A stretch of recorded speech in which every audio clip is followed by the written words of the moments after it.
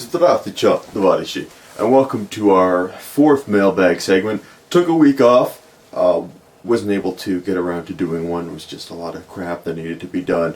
But I have the time to do one this week, so we're going to take the time and answer some questions.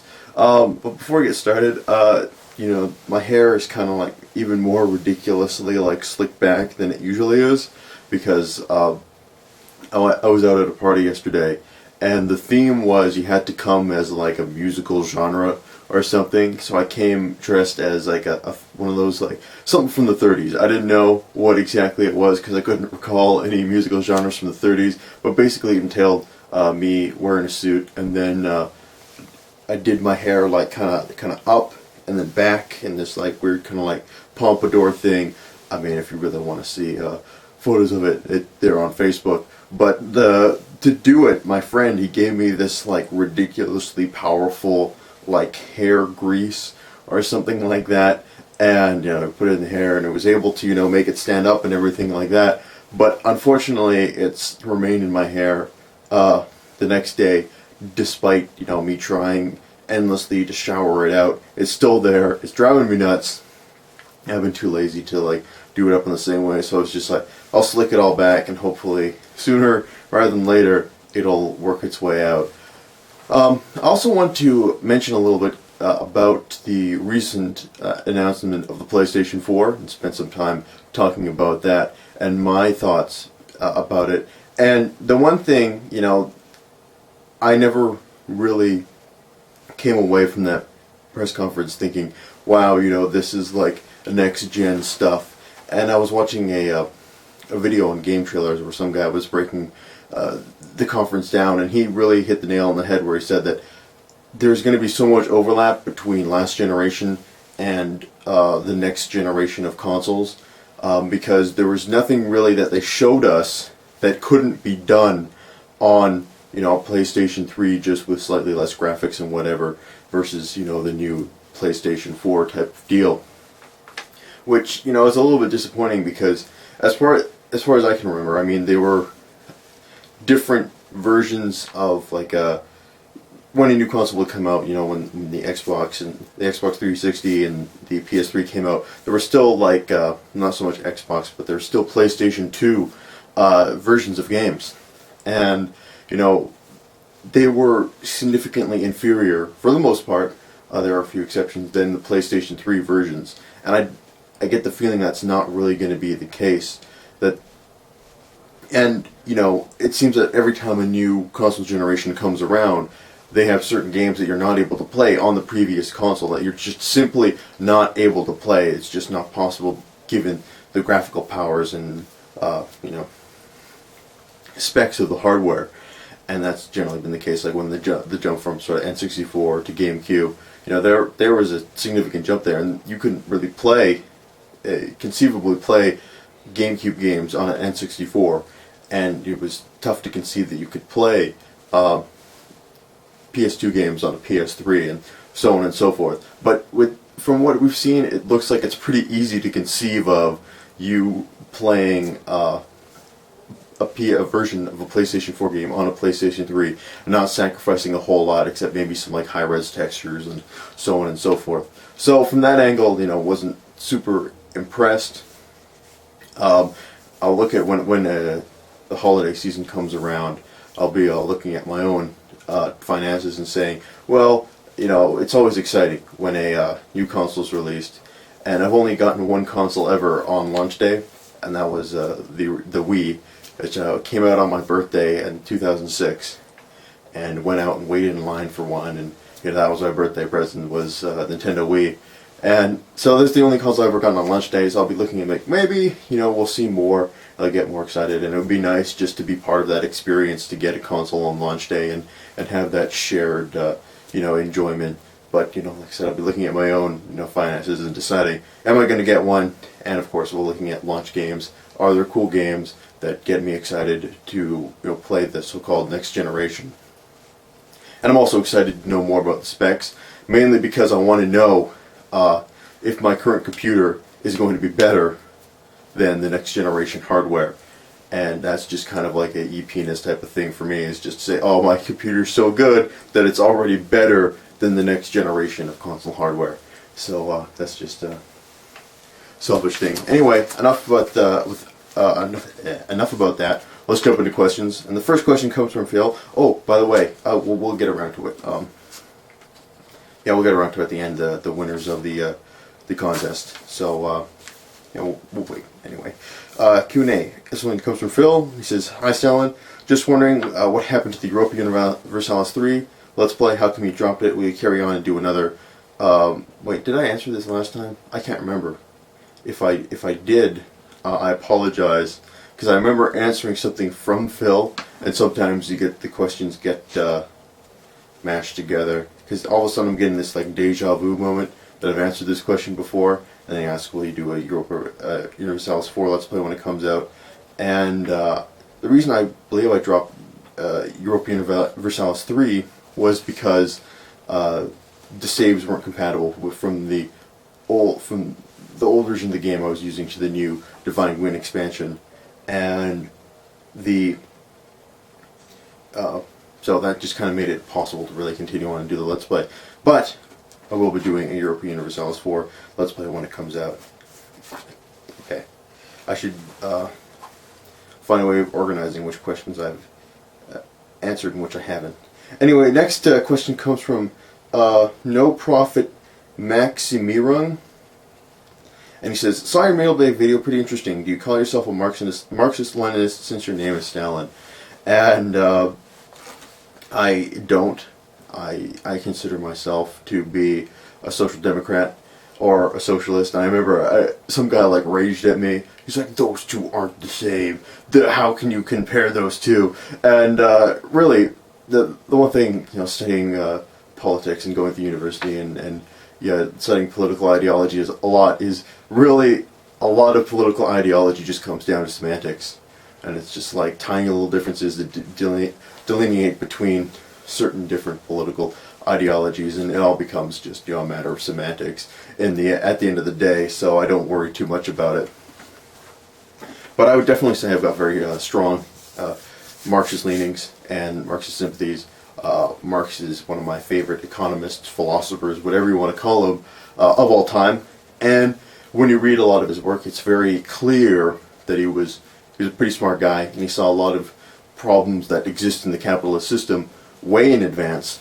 And a lot of his criticisms still have merit today, and they're still valid criticisms of the capitalist system. What bothers me is that people have a tendency to throw out everything that Marx said because his perceived endpoint of communism didn't turn out the way that we thought it would, and there's a big argument about that. There's never really been a true communist state, blah blah blah.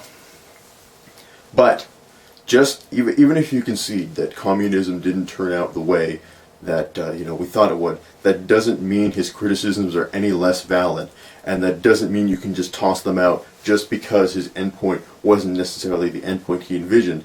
Maybe we'll fathom up some kind of different endpoint to the capitalist system at a later point in time. Who knows? But just because his endpoint wasn't necessarily the endpoint that was envisioned, that doesn't mean what he said, and that doesn't mean his criticisms are any less valid. And if you really want to have a kind of good overview and see someone really kind of break down a lot of criticisms within the capitalist system, you should check out one of the authors I showed the other day. Showed one of his books. I should have brought this up. It's somewhere here, or not. Anyway, David Harvey.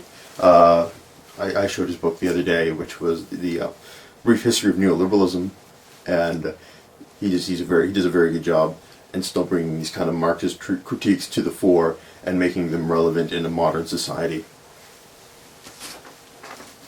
Alright, next question comes from Hildrago, and he says, "Hi Stalin, after watching your latest Mailbag episode, in which you mentioned both the UK, my home nation, and Latin America, I wondered if you had any opinion about the argument between the UK and Argentina over the Falkland Islands.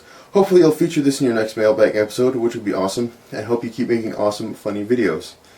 Oh, and then one thing that he says at the end, He says, unfortunately, I haven't participated in any of your giveaways thus far because the prizes are all Steam games and I don't have my own computer to game on. Nor a Steam account. Maybe in the future you can have a PS3 related item or Xbox.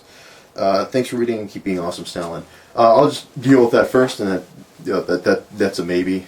I don't use the PlayStation account or Xbox Live very often. I don't even have an Xbox Live Gold account anymore because I refuse to pay for all the functionality that I could get just on just by playing Steam and get even more functionality through that rather than I'll just save the $50 a year or whatever it is now.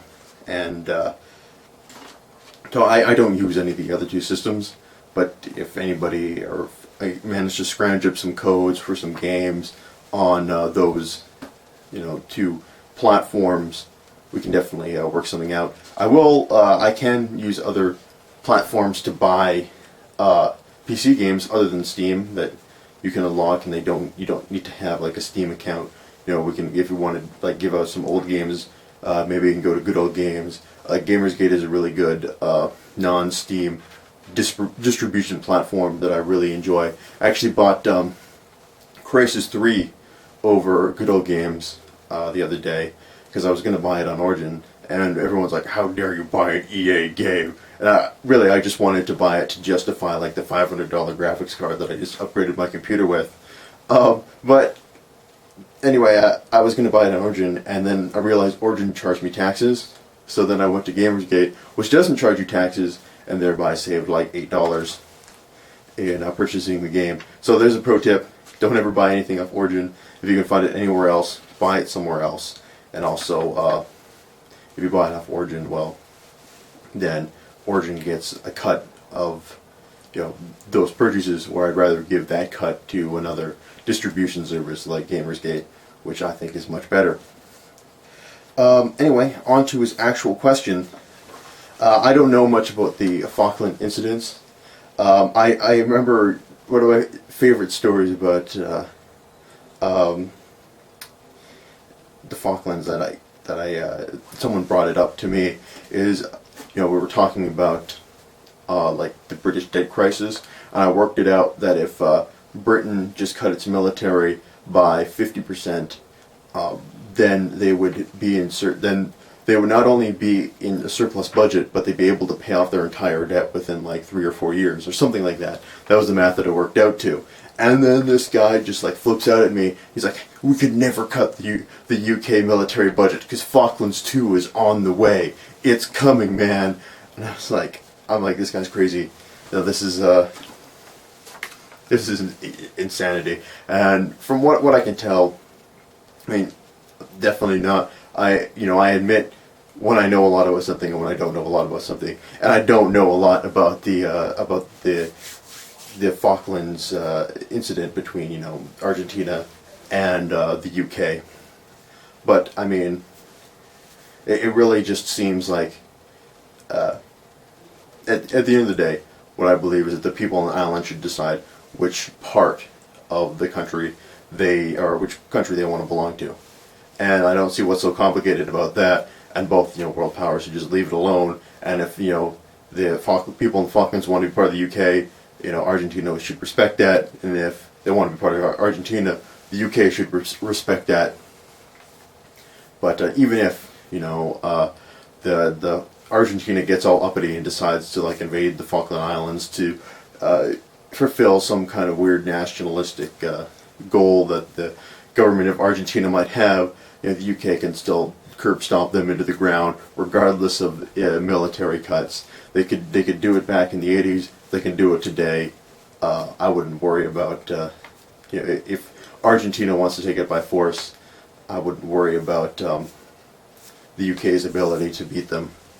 But that's my opinion, is that you should just let the people decide, and whatever the people decide, the other party should respect that. Which, unless they want to be independent, they can't be independent.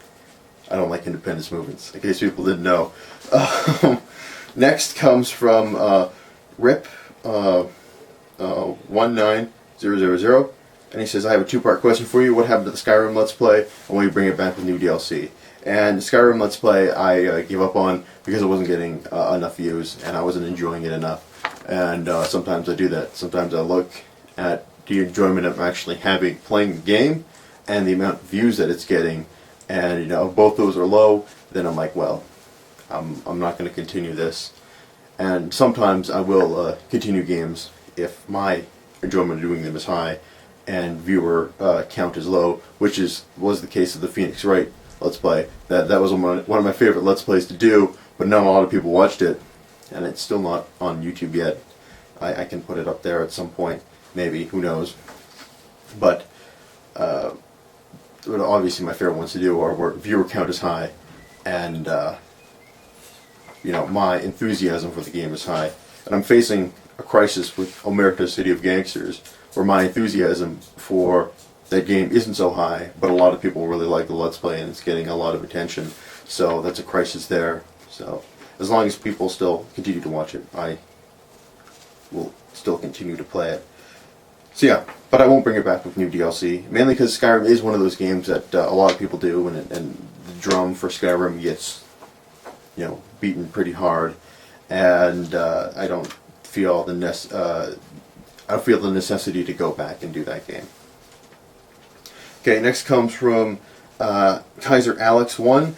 Good evening. What is your opinion of marijuana, its legalization and associated uses? I know it's legal in Canada. Actually, it's not. It's decriminalized, or it's in this weird nether region. I don't think anyone really goes to jail for possessions of small amounts of marijuana. I haven't. It's like I said, it's legal in the other region. I'm not totally up on it, but I believe that you're never going to go to jail for possession of marijuana. I think the police at most can take it away from you, and you're never. But people who grow plants and grow-ups will be are cracked down on upon occasion. But I will think sometimes police will throw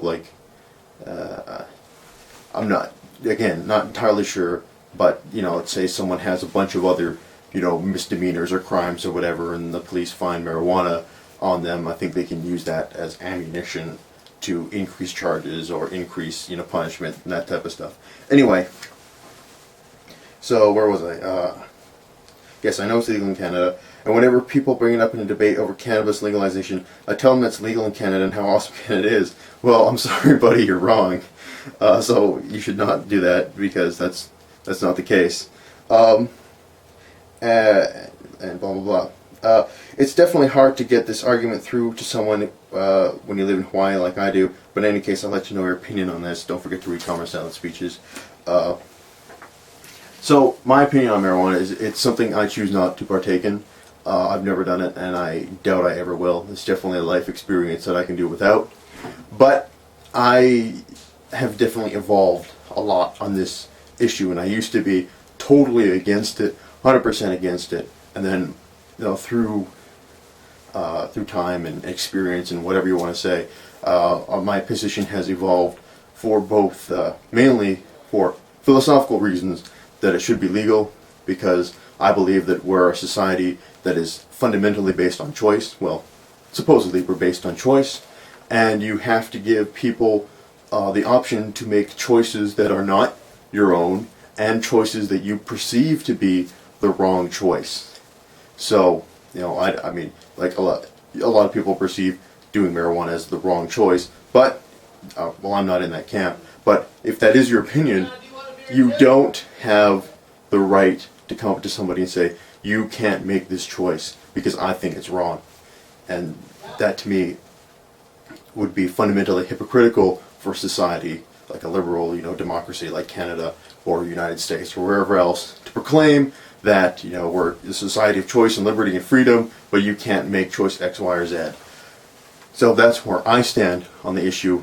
I have there's no question in my mind that in Canada it'll be legal within my lifetime, 100% illegal, and I have no question that the majority of states in the United States will also make it legal within my lifetime.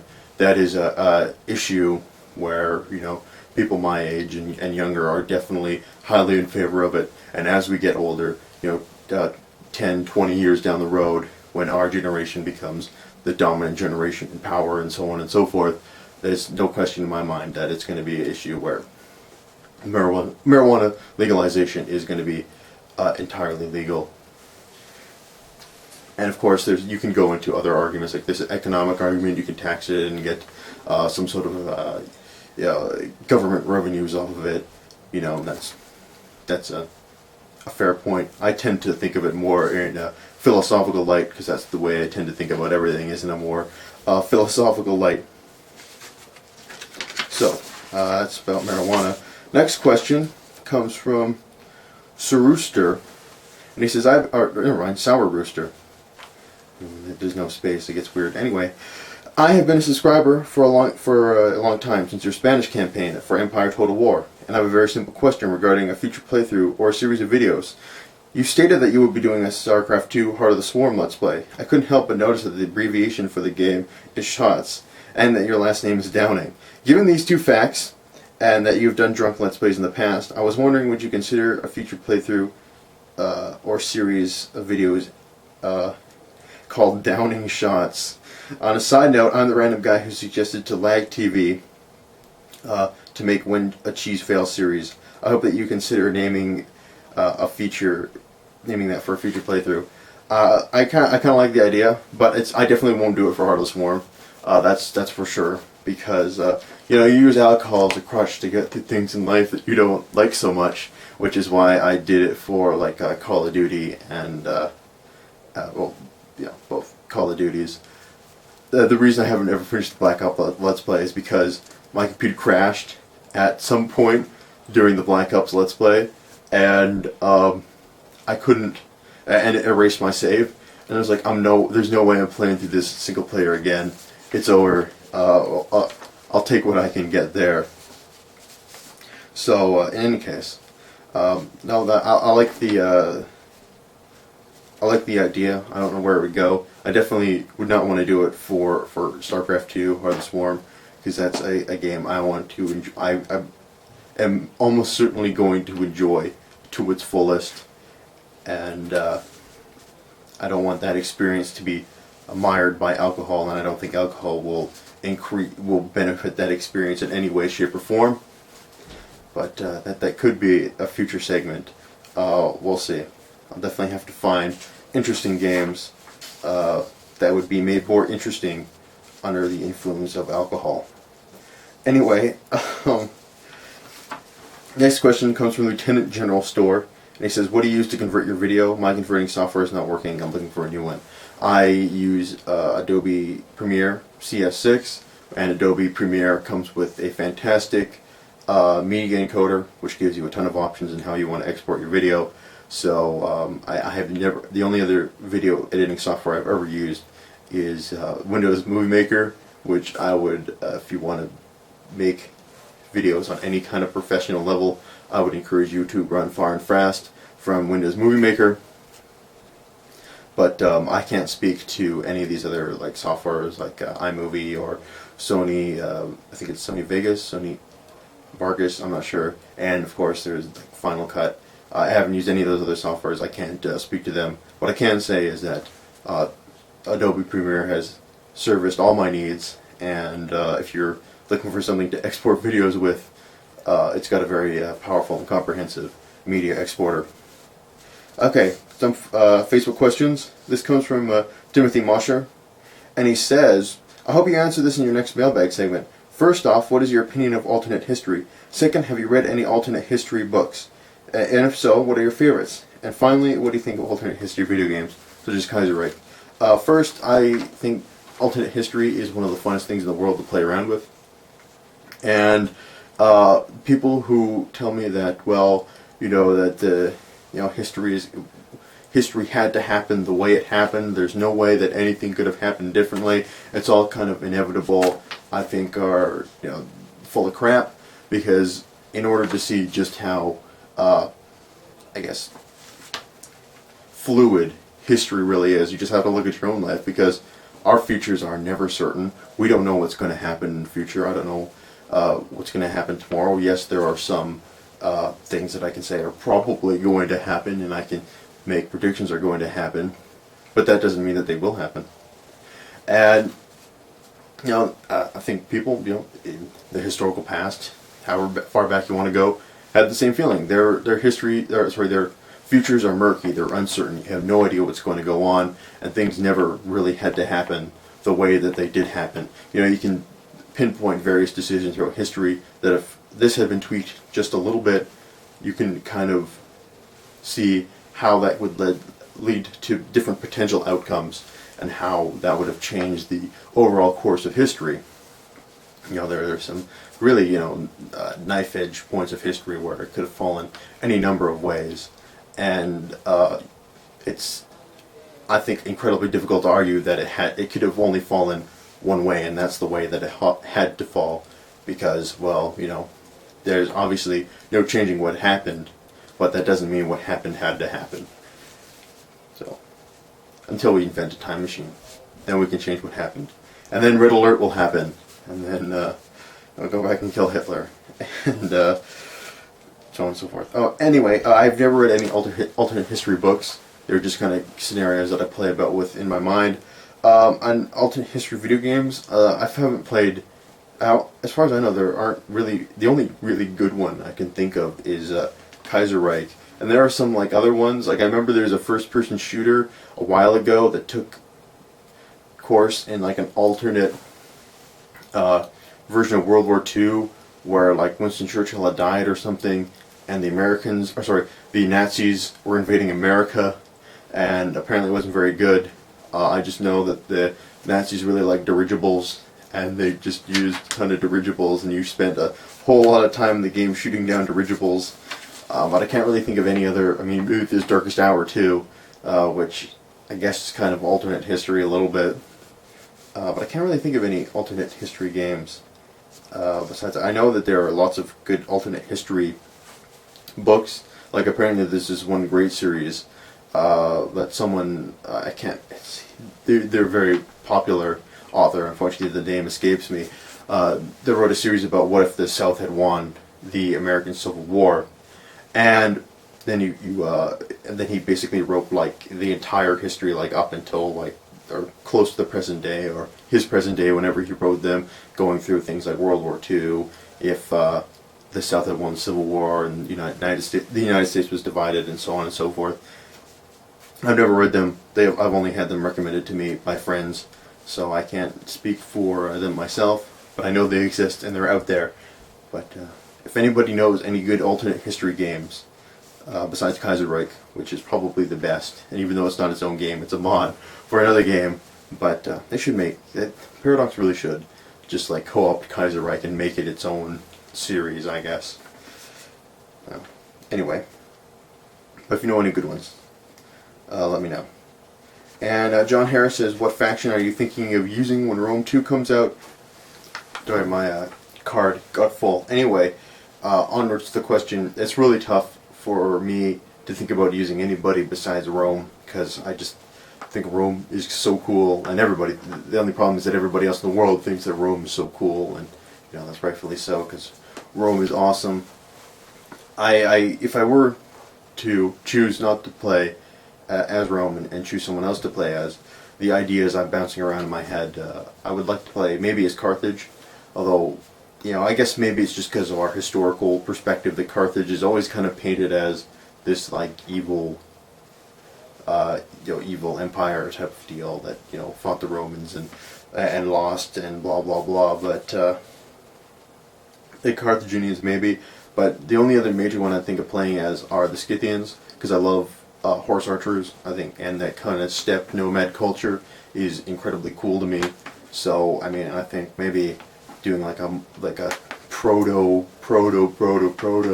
Mongol invasion as the Scythians in Rome Total War II might be kind of interesting. So we'll see. I mean, we've got a long time before Rome 2 comes out. Anyway, our last question comes from Don Super Diego. As you probably know, there's a lot of discussions going on around gay marriage in several countries, especially mine, France, but also in the UK. Several countries already allow gay marriage, such as Spain, Argentina, and the Netherlands. I don't remember if you've given any opinion on gay marriage and adoption by gays and lesbians, or talk about how guys consider that, how you guys consider that question in Canada. I'd be more than glad to hear your opinion on that. So, this is something that is legal in Canada, is gay marriage, and it was legalized in 2006, I believe it was, and it's been legal ever since, and nothing bad has ever happened. You know, the fabric of society hasn't imploded in upon itself. I think gay marriage is one of the stupidest issues to argue about, because honestly, I don't think any one of us should have a right to talk about gay marriage unless we're gay and consider getting married, because it's never going to impact any of our lives at all, ever. You know, whether or not gays can get married or not is irrelevant to my life. I'm okay. You know, my life isn't going to change either way. So I feel like, why should I have an ability to come in and say to a gay person, listen, you can't get married, even though that's never going to affect my life at all and may have an extreme impact on your life. I don't care. It's not going to affect me. I'm going to say you can't do it because I think it's gross. I think it's the stupidest thing on the planet. I can't fathom why anybody would ever, you know, come out against gay marriage and have like there's no, to me, logical, like, non-religious based argument against gay marriage. The only thing people will ever say is, you know, sanctity of marriage, blah blah blah, and you know, God says X, Y, Z, and therefore gays shouldn't be allowed to get married.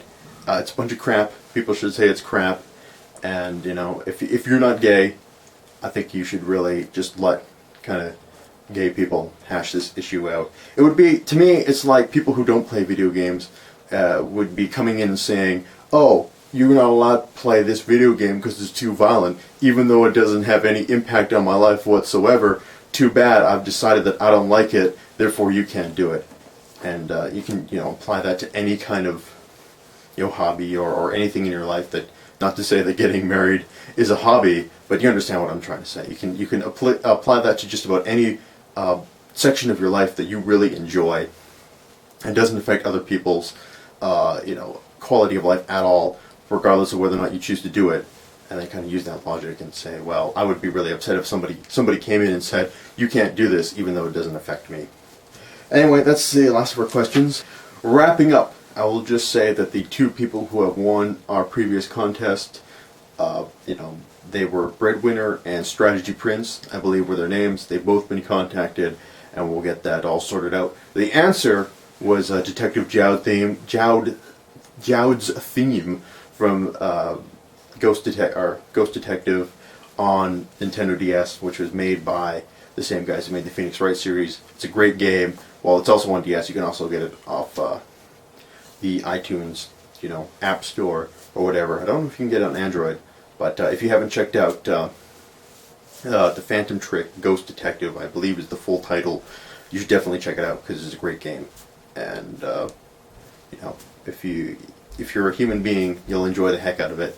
In any case, that's the end of our video segment. I hope you guys enjoyed watching this, and this has been Joseph Stalin signing off for now. And make sure you you know, keep sending in those questions, and we'll keep getting, you know, these question answer videos out as you know, they permit. And until that time, you guys take care.